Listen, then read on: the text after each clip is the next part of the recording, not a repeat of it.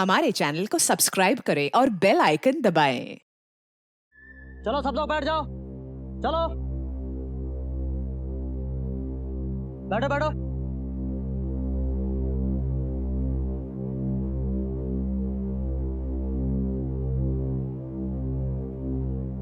आप सब लोग का स्वागत है। अब कार्यक्रम का आनंद लीजिए। अरे विकी और चंदन कहीं नजर नहीं आ रहे। लगता है कि सर वो दोनों अपने सेल में ही हैं, फंक्शन में भी नहीं आए।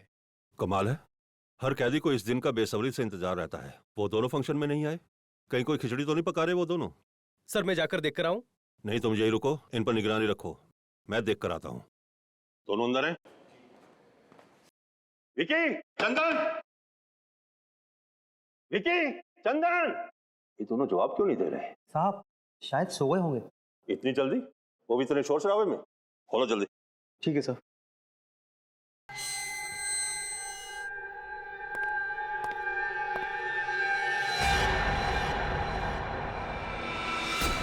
ये क्या गोली? तुम तो मर गए। ये कैसा हुआ?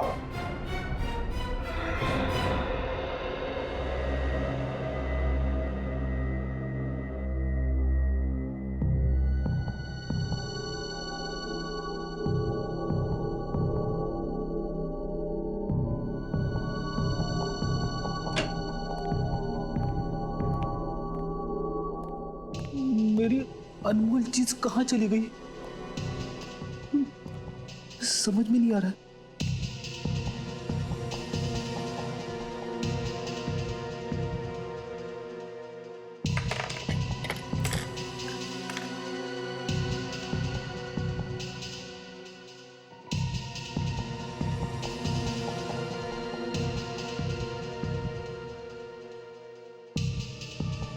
एसीपी साहब का डेस्क चेक करूं क्या? अरे नहीं, अगर उन्हें पता चल गया तो वो मुझ पे बहुत गुस्सा हो जाएंगे।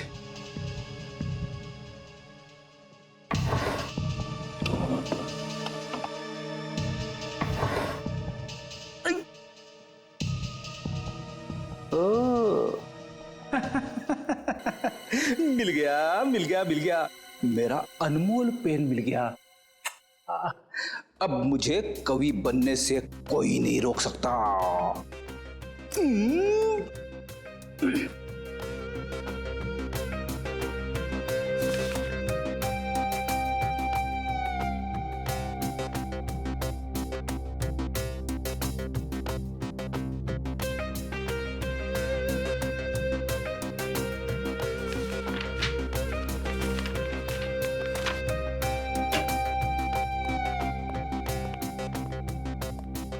क्या बात है फ्रेडी?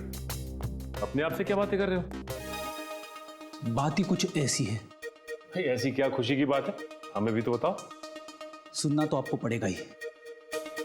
मैं जानता हूं सर, एक आप ही है जो मेरी कला की कदर करते हैं। तुम्हारी कला की कदर? ये कागज क्यों फैला है यहाँ पे? इन्हें कागज मत कहिए सर, ये एक कवि के दिल के अनमोल रतन है। कवि के दिल के अनमोल रतन? लेकिन ये कवि कहाँ है? यहीं पे है, इसी बीरो में, आपके सामने खड़ा है। तुम कवि भी हो? क्या बात है। मैंने ऐसी ऐसी कविताएं लिखी है सर, जिन्हें सुन के आपका दिल पसीज जाएगा, आपकी आंखों में से आंसू बहने लगेंगे। तो क्या बात है, सुनाओ। सुनाऊं?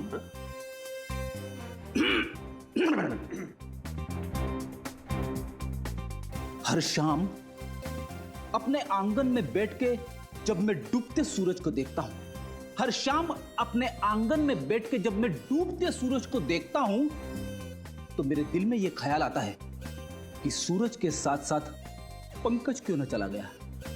पंकज? तो तुमने पंकज पे कविता लिख डाली? बहुत याद आ रही है पंकज की? हाँ सर, पंकज की बहुत याद आ रही है। वैसे मैंने एक और कविता लिखी है। एक और? अभिजीत सर और तारिका के ऊपर। ठीक है, ये भी सुना दो। अभिजीत सर को पसंद है फॉरेंसिक लैब में जाना। अभिजीत सर को पसंद है फॉरेंसिक लैब में जाना। डॉक्टर तारिका से पूछते हैं वो केस का ताना बाना। जुर्म से जब बात बढ़ती है रिश्तों पे, तो डॉक्टर सालुंके का वहीं पे आ जाना। फ्रेडी, ये बहुत प्यारी कविता थी, मेरा दिल तो पसीज गया। उससे पहले मेरी आंखों में आंसू आ जाए प्लीज, बस। नहीं, मैंने और 2-4 कविताएं लिखी है। वो तुम दीवारों को सुनाओ। नहीं नहीं,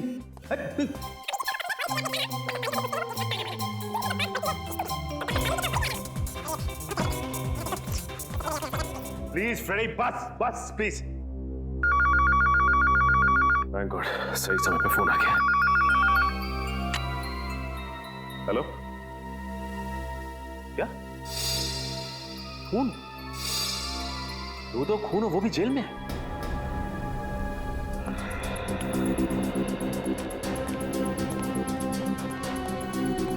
आइए सर, आइए सर।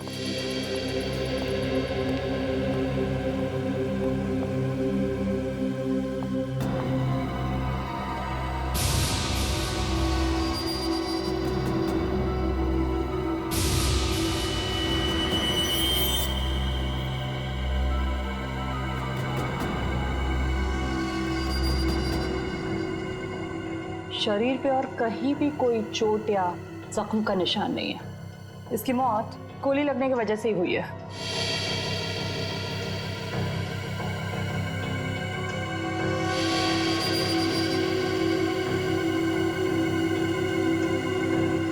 कहीं कोई एग्जिट वुंड भी नहीं है, इसका मतलब गोली शायद शरीर के अंदर ही।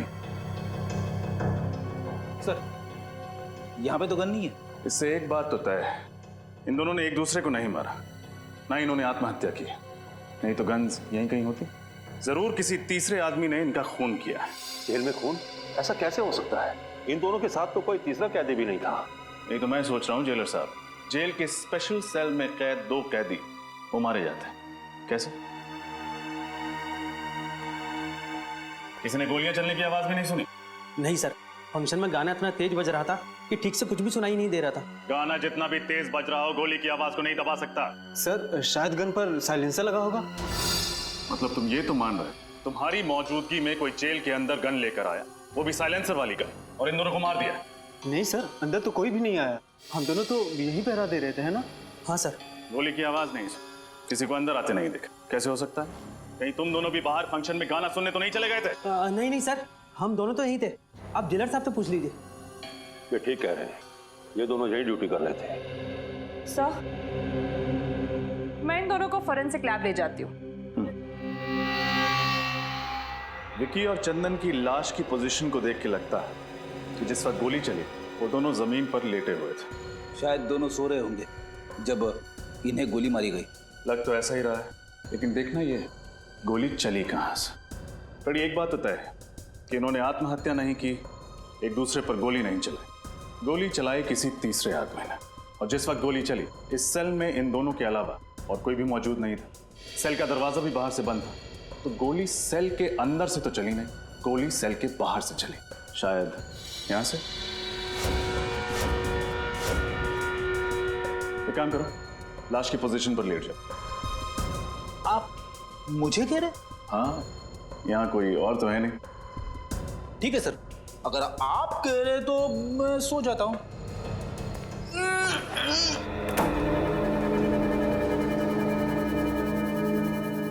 Ready ready?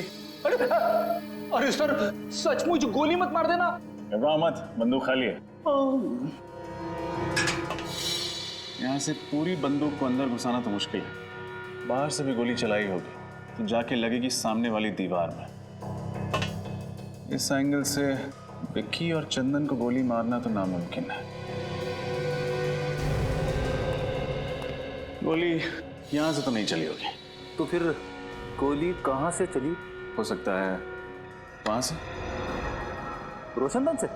मगर रोशनदान तो काफी ऊंचा है और उस पर नेट लगी हुई है। सो तो है फ्रेडी। एक काम करते हैं, मैं बाहर जाके रोशनदान को चेक करता हूँ, तुम जाके जेलर साहब से मिलो, उनसे विक्की और चंदन के बारे में पूछताछ करो। उठ जाऊं? जेलर साहब बाहर हैं, उठना तो पड़ेगा ही।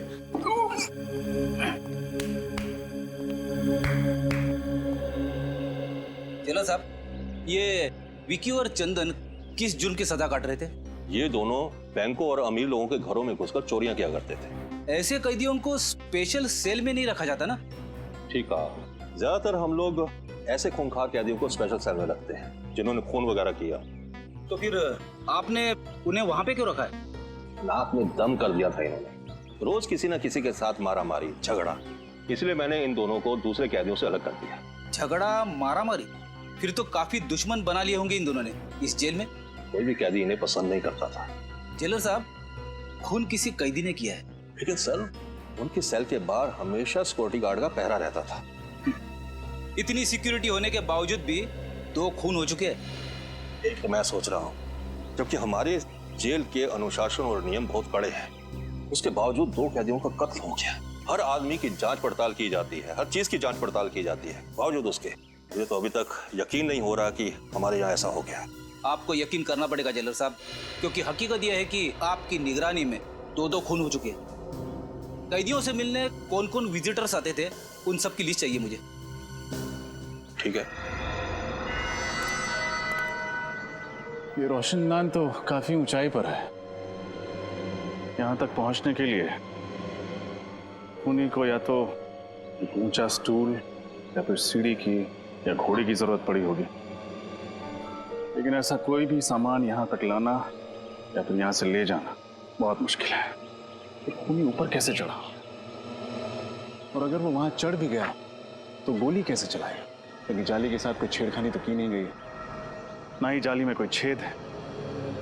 सर, मैंने जेलर साहब से कह के सारे विजिटर्स की लिस्ट मंगवा ली है जो कैदियों से मिलने आते थे। Very good. हाँ डॉक्टर तारिका।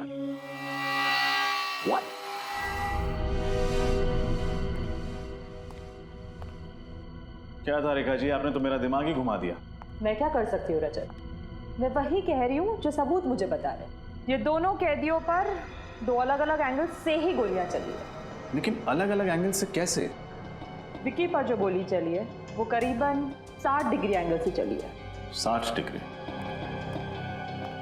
मतलब गोली यहां से चली? हाँ, और चंदन पर जो गोली चली है वो करीब 20 डिग्री एंगल से चली। 20 डिग्री? मतलब यहां से? हाँ। तो क्या खूनी ने घुटने पे बैठकर गोली चलाई थी? अब एंगल तो यही दिखा रहा है।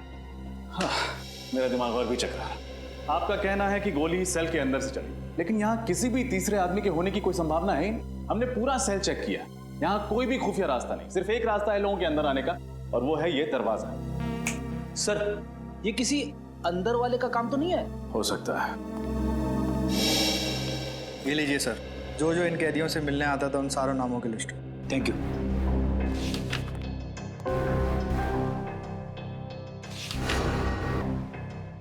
ये देखिए सर, जसलोक नाम का एक आदमी है जो पिछले 1 महीने से 2 कैदियों से मिलने हर रोज जेल में आ रहा है। दोनों कैदियों के नाम? मुन्ना और जकोटा। मुन्ना और जकोटा से मिलते हैं। जल्दी आओ। ये मुन्ना है और ये जकोटा। स्पेशल सेल की 7 वाली जेल में रखा गया है इनको। मुन्ना और जकोटा किस जुर्म की सजा काट रहे हैं तुम? लुटेरे हैं तुम। सुनसान हाईवे पर मुसाफिरों को रोककर उनके पैसे गहने वगैरह छीन लेते हैं। पर कभी किसी मुसाफिर का नुकसान नहीं किया साहब। मुसाफिरों को नुकसान नहीं पहुंचा, लेकिन जेल के अंदर 2 खून कर दिए। 2 खून? साहब ये क्या कह रहे हैं आप? किसी का खून करने के बारे में हम कभी सोच भी नहीं सकते। बनो मत। विक्की और चंदन के साथ तुम दोनों का 36 का आंकड़ा था ना? 36 का नहीं, 37 का कहिए।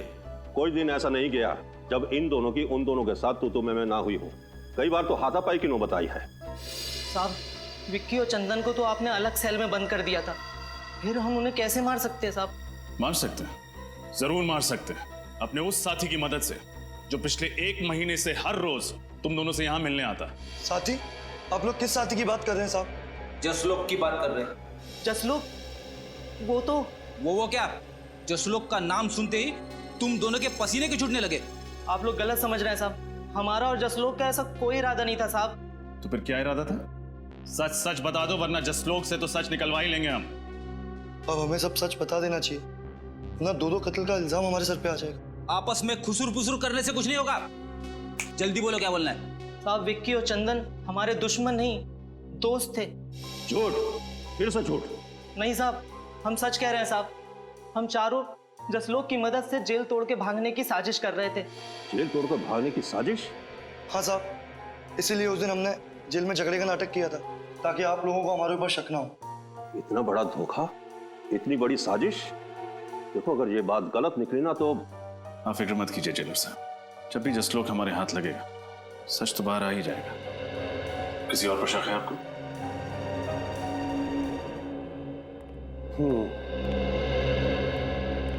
ये अजय और वो सत्तू, इन दोनों की भी बहुत बहसबाजी हुआ करती थी विक्की और चंदन के साथ। बहस तो होगी ना साहब, वो दोनों हर वक्त झगड़ा करने का बहाना ढूंढते रहते थे। हाँ हाँ साहब, बिना झगड़ा करे उनका तो खाना ही हजम नहीं होता था। कहीं तुम दोनों का झगड़ा जकोटा और मुन्ना जैसा नकली तो नहीं था? नकली? नहीं साहब, ये क्या कह रहे हैं आप? लो, तुमने अपने ही मुंह से कह दिया कि झगड़ा असली था। इसका मतलब तुम लोगों के पास ठोस वजह थी उन दोनों की जान लेने की। नहीं साहब, हम खूनी नहीं हैं, हम तो मामूली चोर उचक्के हैं, और हम खून क्यों करेंगे उनका? हाँ साहब, वैसे भी जेलर साहब ने उन दोनों को जब से स्पेशल सेल में डाला है तब से हम दोनों का वहाँ आसपास भटकना भी मुश्किल हो गया था। जेलर साहब, ऐसे कौन कौन से लोग हैं जो स्पेशल सेल में जा सकते हैं? सबसे ज्यादा तो इस मनोहर का जाना आना होता था उस सेल में। यही उस सेल की साफ सफाई किया करता था। हाँ साहब, मेरी बदकिस्मती थी कि मैं ही उस सेल की साफ सफाई करता था। क्यों, ऐसा क्या हुआ था? हाँ साहब, बेवजह झगड़ा करते थे, धक्का मारते थे, कई बार तो उन्होंने थप्पड़ भी मारे थे। अरे वो दोनों तुम्हें मारा पीटा करते थे, ये बात तुमने मुझे पहले क्यों नहीं बताई? साहब, उन्होंने मुझे धमकी दी, अगर मैंने किसी से शिकायत की तो मुझे और मारेंगे। मनोहर कहीं ऐसा तो नहीं कि वो दोनों तुम्हें बहुत तंग करते थे इसलिए तुम्ही ने उन दोनों का? साहब, मैं तो उनके पास जाने से भी डरता था। मैं उनकी जान कैसे लूंगा साहब? मच्छर था साहब, उनके सामने में एक मच्छर। जेलर साहब, क्या हो रहा है आपकी जेल में? स्टाफ की पिटाई हो रही, दो कैदियों का खून हो गया। मैं तो खुद हैरान हूं। मुझे तो लगता था कि मेरी जेल में प्रशासन ठीक से चल रहा है, मगर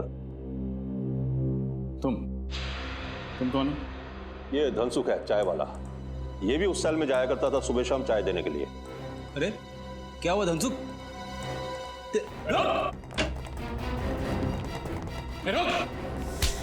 मुझे छोड़ दीजिए साहब, मुझे छोड़ दीजिए। क्यों छोड़ दे? मैंने कुछ नहीं किया। कुछ किया नहीं तो बात क्यों रहा था? मैं डर गया था साहब। बेगुनाह लोग डरते नहीं है, समझे? क्या तुम्हारा भी कोई झगड़ा हुआ था उनके साथ?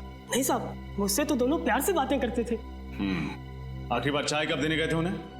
यही कोई 7:30-8 बजे के करीब। यानी फंक्शन शुरू होने से पहले? हाँ साहब, पर मैं अंदर नहीं गया। क्यों, अंदर क्यों नहीं गए? साहब, मेरी चाय खत्म हो गई थी, इसलिए मैं बाहर से ही वापस आ गया। लेकिन सेल के पास तो गए थे ना, कुछ तो देखा होगा तुमने। क्या उस वक्त दोनों ठीक थे? हाँ साहब, दोनों अच्छे भले थे, आपस में बातें भी कर रहे थे। बातें कर रहे थे? क्या बातें कर रहे थे? कुछ सुना था तुमने? हाँ साहब, याद आया। क्या है? क्या बात है? अरे भाई, ये क्या मुसीबत है? मच्छरों ने काट काट कर बेहाल कर दिया है, जीना आराम हो गया है। हाँ? अरे मच्छर काट रहे हैं तो मच्छरदानी मंगवाऊं? जाओ और चुपचाप सो जाओ। अरे यहाँ बैठना मुश्किल हो रहा है और सोने की बात कर रहे हो? पता नहीं ऊपर से ये रोशनदान की जाली किसने निकाल दी है। अब तो मच्छरों की ऐसा है यहाँ पे। तुम लोगों का ना रोज रोज का नाटक हो गया है। कभी मारपीट करते हो, कभी गुंडागर्दी करते हो, तो कभी मच्छर का बहाना करते हो। यार चुपचाप सो जाओ। अरे धनसुख, इधर आ तू और चाय पिला। वहां गया खड़ा, इधर आ। चाय खत्म हो गई, अभी लाता हूँ थोड़ी देर में। भाई मेरे लिए चाय खत्म हो गई, जा जल्दी लेके आ। ओह, तो ये बातें हो रही थी। मगर सर, जब हम पहली दफा स्पेशल सेल में आए तब तो रोशनदान के ऊपर नेट लगा हुआ था ना? हाँ फ्रेडी, मैं भी यही सोच रहा हूँ। हुआ कुछ ऐसा होगा कि फंक्शन से पहले ही मौका पाकर खूनी ने रोशनदान से नेट हटा दिया होगा। फिर उसने फंक्शन के शुरू होने का इंतजार किया होगा। जैसे ही फंक्शन शुरू हुआ, सब लोग बाहर चले गए और खूनी ने विक्की और चंदन को गोली से मार दिया। फिर वापस भागने से पहले उसने रोशनदान पर नेट वापस लगा दिया।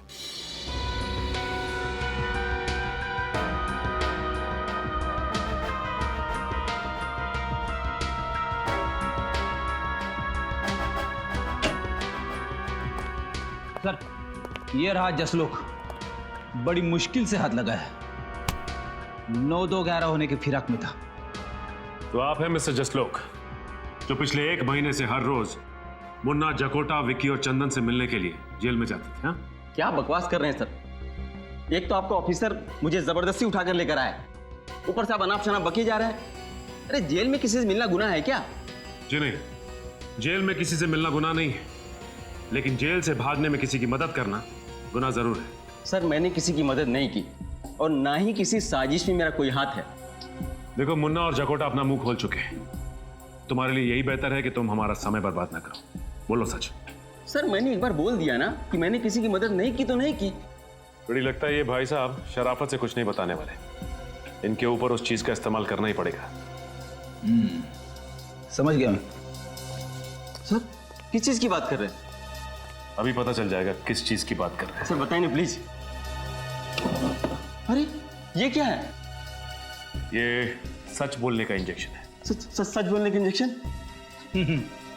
एक बार अगर ये इंजेक्शन लग जाए ना तो आदमी तोते की तरह सच बोलने लगता है। सर इसकी जरूरत नहीं, मैं सब बताता हूँ सर। मैं नुस्खा काम में आ गया। तुम क्यों रुक गए? शुरू हो जाओ। हाँ सर, मैंने उन लोगों को मदद करने का वादा किया था, वो सिर्फ इसलिए कि वो मेरे दोस्त थे। और जेल से निकलने के बाद इन चारों का क्या प्लान था? सर वो मुझे पता नहीं है, मैं तो सिर्फ जेल से निकलवाने में मदद कर रहा था। उसके बदले में वो लोग मुझे 10 लाख रुपए देने वाले थे सर। 10 लाख रुपए? हाँ, गोलियां शायद उस रोशनदान से ही चली हैं। लेकिन एक बात समझ में नहीं आ रही। डॉक्टर तारिका ने कहा था कि एक गोली यहां से 60 डिग्री एंगल से चली और दूसरी गोली यहां से 20 डिग्री एंगल से चली। लेकिन अगर दोनों गोलियां एक ही दिशा से उस रोशनदान से आई तो दोनों कैदियों को अलग अलग एंगल से कैसे लगी? सर कहीं हम गलत दिशा में तो नहीं जा रहे? नहीं फ्रेडी, दिशा तो सही है, बस देखना यह है कि हवा का रुख किस तरफ है। हवा, दिशा, मैं कुछ समझा नहीं सर। मेरे कहने का मतलब यह है कि इन दोनों कैदियों के खून का उस रोशनदान से कोई ना कोई संबंध जरूर है, लेकिन क्या यह समझ में नहीं आ रहा। कहीं खूनी रोशनदान से तो अंदर नहीं आया? क्या फ्रेडी, रोशनदान का साइज देखा है तुमने? इतने छोटे से रोशनदान से एक पूरा इंसान अंदर कैसे आ सकता है? अरे तो क्या सर गन खुद उड़ के आई अंदर? क्या कहा तुमने? नहीं सर नहीं, शायद सही कहा तुमने। हाँ, गन उड़ के ही सेल के अंदर आई। गन उड़ के अंदर आई? हो सकता है गन किसी ऐसी चीज के साथ जुड़ी हुई है जो उड़ सकती है, जैसे कि कोई खिलौना। हाँ सर, वो छोटे छोटे खिलौने होते हैं ना, वो हेलीकॉप्टर्स, एरोप्लेन, जिन्हें रिमोट कंट्रोल से उड़ाया जाता है। एग्जैक्टली। दरअसल हुआ कुछ ऐसा होगा कि खूनी रोशनदान के उस तरफ नीचे खड़ा हो, उसके हाथ में रिमोट कंट्रोल होगा, उसने इस रोशनदान के जरिए हेलीकॉप्टर को अंदर भेजा होगा। हेलीकॉप्टर में एक कैमरा फिट होगा जिसके जरिए खूनी देख सकता था कि हेलीकॉप्टर कहां जा रहा है। इसके अलावा हेलीकॉप्टर में एक मैकेनिज्म होगा जिससे वो दोनों गोलियां चली होंगी, जिससे कि विक्की और चंदन की नींद में ही मौत हो गई। ओह, अब समझ में आया गोलियां 2 अलग अलग एंगल से कैसे चली है।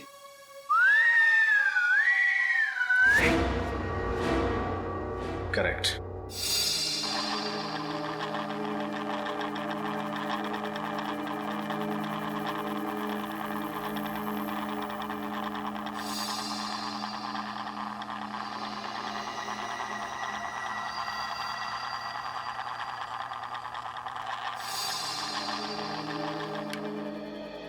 वो हेलीकॉप्टर भी कुछ इस तरह का होगा, इससे ज्यादा बड़ा नहीं हो सकता, नहीं तो फिर वो उस रोशनदान से सेल में घुस नहीं पाता। इसका मतलब ये काम किसी अंदर वाले का ही, जिसे ये अच्छी तरह से पता था कि रोशनदान की लंबाई और चौड़ाई कितनी है। हो सकता है ये आदमी कोई जेल का कैदी या फिर जेल का ही कोई आदमी, क्योंकि बाहर का कोई आदमी इतनी प्लानिंग से खून नहीं कर सकता। सर ये मुजरिम भी क्या नए नए तरीके निकालते हैं खून करने के लिए।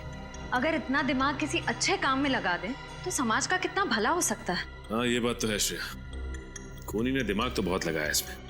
रिमोट वाला हेलीकॉप्टर और रिमोट वाली गन। और इस तरह का हेलीकॉप्टर बाजार में तो मिलता नहीं होगा, खूनी ने जरूर किसी खास दुकान या कारीगर से बनवाया होगा। या शहर में जितनी भी इस तरह की दुकानें हैं जहाँ पे कस्टम मेड चीजें बनती हैं, वहाँ पता करते हैं। अच्छा, वैसा हेलीकॉप्टर चाहिए था आपको? हाँ क्यों? मुझे लगा ऐसे हेलीकॉप्टर से तो जवान लोग खेलते हैं। क्या मतलब है तुम्हारा? मैं बुढ़ा दिखता हूँ तुमको? मेरा वो मतलब नहीं था सर। तो फिर क्या मतलब था? मुझे सिर्फ इतना बताओ, तुम्हारे पास इस तरीके का हेलीकॉप्टर है या नहीं? नहीं। अरे तो पहले बताना चाहिए था। इतनी देर से टाइम पास कर रहा था क्या? सुबह से कोई मिला नहीं? एक्सक्यूज मी, हाँ जी। आपकी दुकान में रिमोट कंट्रोल से चलने वाला हेलीकॉप्टर मिलता है? नहीं, ऐसा हेलीकॉप्टर तो हमारे दुकान में नहीं मिलता है। अगर ऐसा हेलीकॉप्टर आपकी दुकान में नहीं मिलता है तो आपको पता तो होगा कि कहाँ मिलता है। एक काम कीजिए सर, आगे चले जाइए और पूछ लीजिए, उनको शायद पता होगा कहाँ मिलता है। आपको नहीं पता? नहीं। तो ऐसा बोलो ना।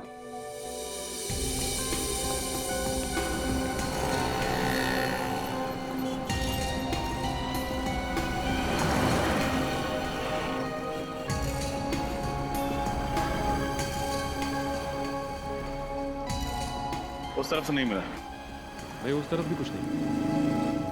क्या फ्रेडी, तुम्हारा चेहरा लाल क्यों? कुछ नहीं सर, कुछ भी नहीं मिला। उधर एक दुकान है, चल के पूछना।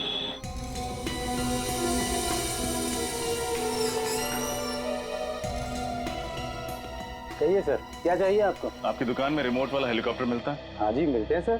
दिखाइए जरा। फिलहाल तो सब बिक चुके हैं, अगर आप कहें तो आपके लिए ऑर्डर से मंगवा देता हूँ।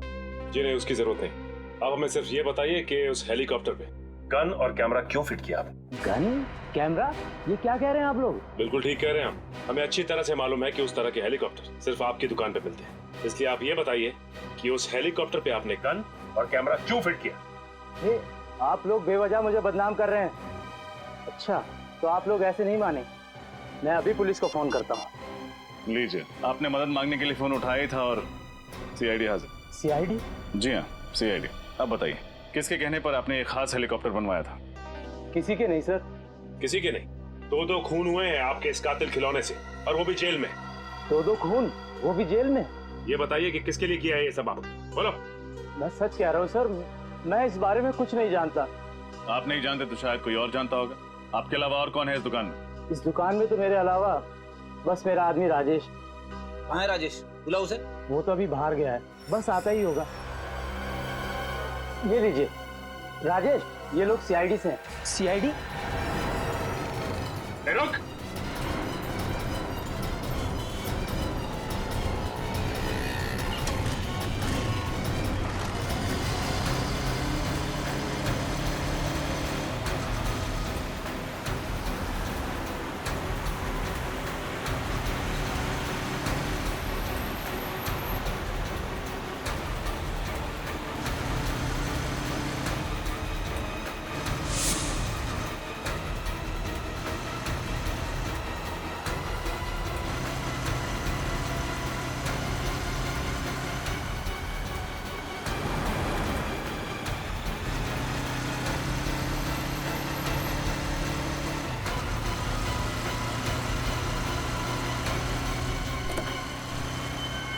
मेरी तो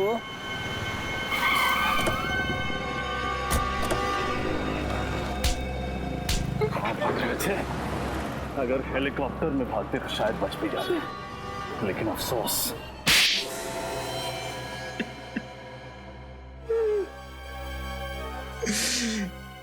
गलती हो गई साहब, मैंने जो कुछ भी किया पैसों के लिए किया। उस आदमी ने मुझे 50,000 रुपए दिए थे हेलीकॉप्टर में गन फिट करने के लिए। पैसों के लालच में तुमने एक खूनी की मदद की? हा? गलती हो गई साहब, दोबारा ऐसी गलती कभी नहीं करूं। जेल से निकलोगे तो दोबारा करोगे ना? किसने पैसे दिए थे? पता नहीं, उसका ना तो नंबर याद है, ना एड्रेस, और नहीं नाम। चेहरा याद है उसका? शक्ल थोड़ी थोड़ी याद है उसकी। कम से कम कुछ तो याद आया इसे श्रेया। इससे स्केच बनवा लेते हैं और अपने क्रिमिनल डाटाबेस में चेक करते हैं, हो सकता है ये कोई पुराना अपराधी हो।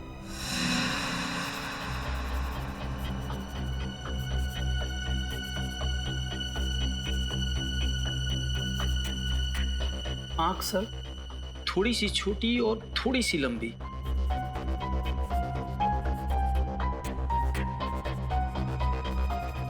ये सही, होठ बिल्कुल सही, ऐसा है। और बाल सर? बाल बाल छोटे छोटे थोड़े से और सुनहले सुनहले कलर का। हाँ सर, स्केच रेडी है।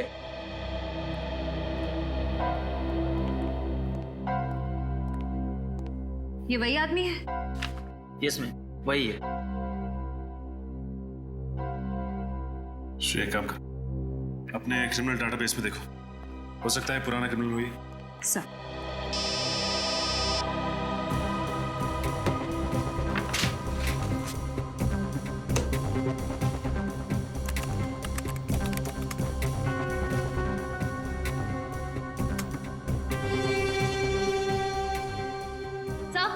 सर, ये जगन नाम का पुराना मुजरिम है सर। ठीक है, मैं बाद में फोन करता हूँ। सर, चोरी चकारी के जुर्म में कई बार जेल की चक्की भी पीस चुका है। छोटा मोटा चोरी करने वाला ये खूनी कब से बन गया? सर, पिछले 6 महीने से उसी वसंत वज्र जेल में था, जहाँ पर विक्की और चंदन भी थे। इसका मतलब ये तीनों आपस में जरूर मिले होंगे और तीनों का कोई ना कोई कनेक्शन है। ये क्या, हफ्ते भर पहले ये जेल से छूटा है और जेल से छूटते ही सीधा हेलीकॉप्टर बनवाने पहुंच गया। लेकिन सर, जेल से छूटने के बाद ये फंक्शन के दौरान जेल के अंदर घुसा कैसे? किसी ने इसे देखा कैसे नहीं? हो सकता है श्रेया कि ये खुद ना गया हो और विक्की और चंदन को मारने में इसकी मदद की हो किसी ने। अपने खबरियों को काम पे लगा दो, पता करो कि ये जगन है कहाँ पे। सर। देखो, अगर तुम्हारी खबर गलत निकली ना तो सोच। क्या साहब, रिंकू की खबर आज तक गलत निकली है? पूछो अब निकलेगी। जिस कबूतर की आपको तलाश है उसने यहीं पे घोंसला बना रखा है, यही है उसका घर। ये है जगन का ठिकाना। ठीक है रिंकू, ये रखो तुम अपने पास।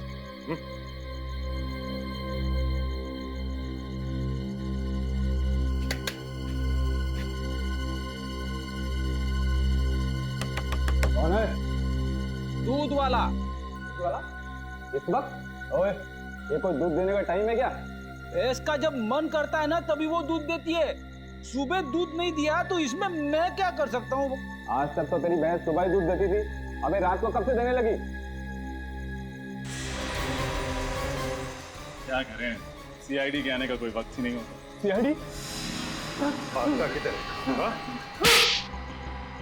बोल, क्यों मरवाया तूने विक्की और चंदन को? मेरी कोई दुश्मनी नहीं थी विक्की और चंदन के साथ। अगर तेरी कोई दुश्मनी नहीं थी तूने मरवाया क्यों? तू पैसों के लिए। किसने दिए थे पैसे? बताओ, किसने दिए थे पैसे तुम्हें ये सब काम करवाने के लिए?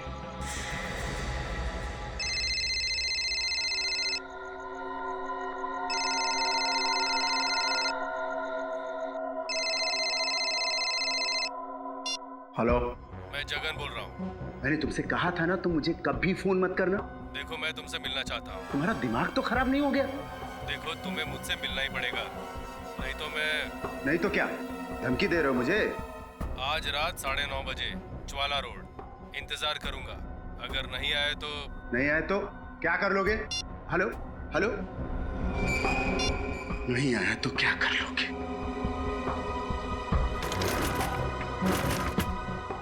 आज तुमसे मिलकर तुम्हारा हिसाब किताब चुकता करना ही पड़ेगा।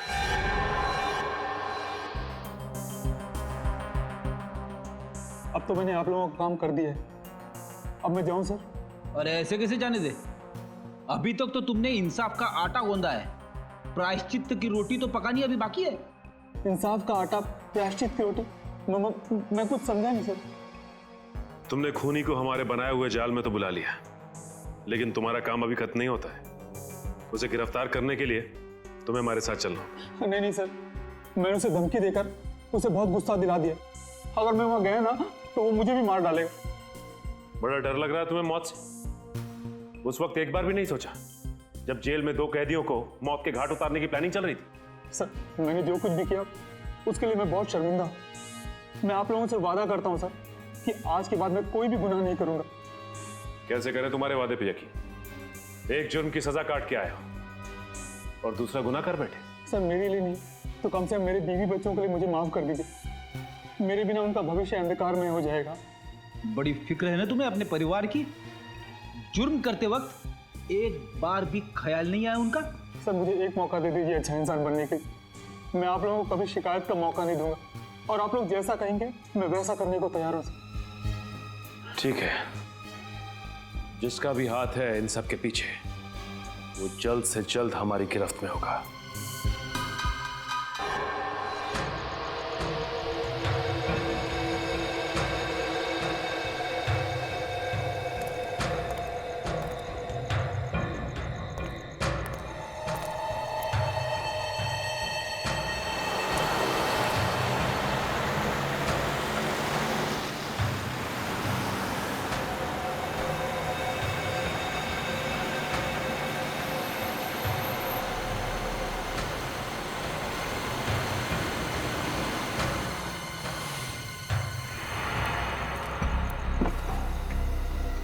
अच्छा हो जो तुम आ गए।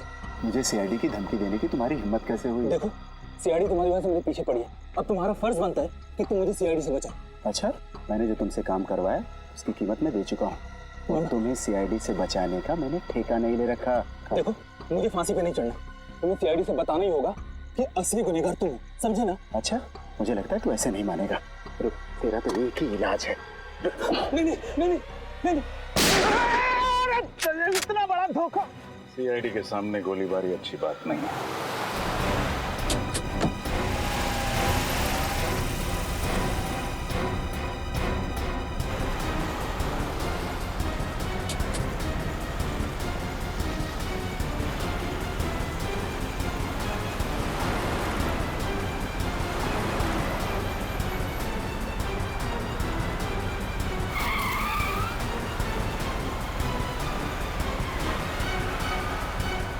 इस तरह से गाड़ी चला रहा है, कहीं किसी को नुकसान ना पहुंचा दे।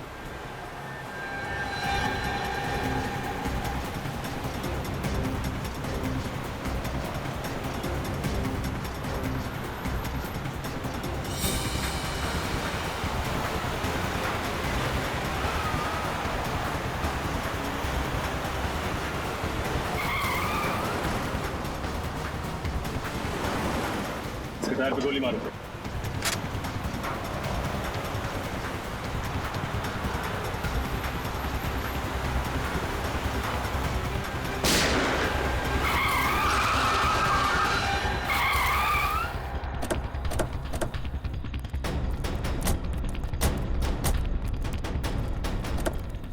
विजय बाबू, खेल खत्म तुम्हारा। चल जाने दो मुझे, चल जाने दे। जाने दे। शर्म आनी चाहिए तुम्हें, कानून की सेवा करते और दो कैदियों का खून का डाला।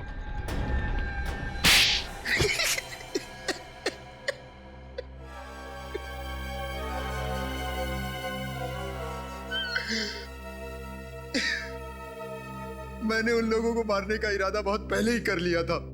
इंतजार था तो बस एक सही मौके का, और वो मौका मुझे मिला जेल के उस फंक्शन के दौरान। क्यों? ऐसा क्या किया था उन दोनों ने तुम्हारे साथ, जो पुलिस में होते हुए भी तुमने कानून को अपने हाथ में लिया? उन लोगों ने मेरी बहन के घर चोरी तो की ही थी, साथ ही साथ उन्होंने मेरी बहन अर्चना के साथ छेड़छाड़ और जबरदस्ती की थी। क्या? तो तुमने ये बात किसी से कही क्यों नहीं? मैं डरता था कि समाज में बदनामी होगी, मेरी बहन का घर से बाहर निकलना मुश्किल हो जाएगा।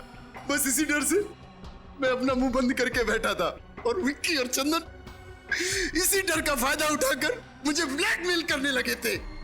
नजरें क्यों चुरा रहे हो विजय बाबू? लगता है हमें देखकर विजय बाबू की आंखों में आंसू आ जाते हैं, इसलिए नजरें चुरा लेते हैं। क्यों? पर चंदन, हमें देखकर विजय बाबू को रोना क्यों आता है? क्योंकि शायद इसे अपनी बहन अर्चना की याद आ जाती है। अरे बाप रे, चंदन, चंदन इसे गुस्सा आ रहा है, इसे बहुत तेज गुस्सा आ रहा है। चंदन, चंदन मुझे डर लग रहा है। चंदन, मेरे हाथ कांप रहे हैं।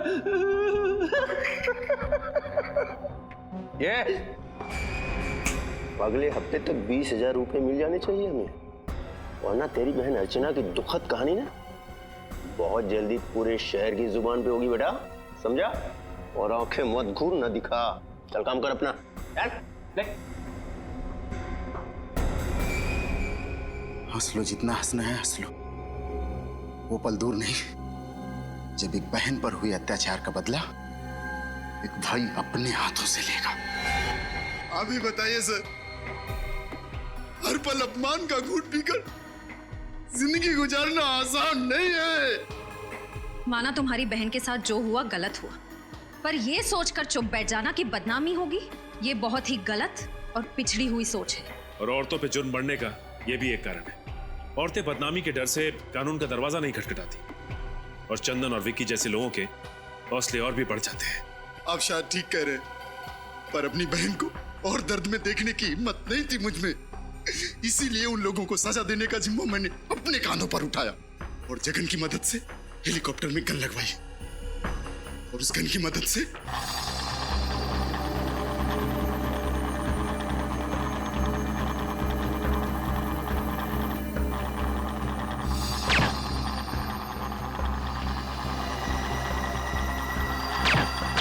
माना कि तुमने जो किया अपनी बहन का बदला लेने के लिए किया, पर अगर बदले की आड़ में हर इंसान जुर्म करने लगे तो समाज में जंगल राज फैलने में देर नहीं लगेगी।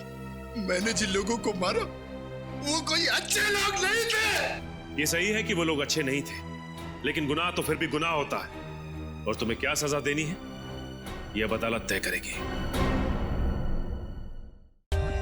For more updates, subscribe to our channel, click the show links and enjoy watching the videos.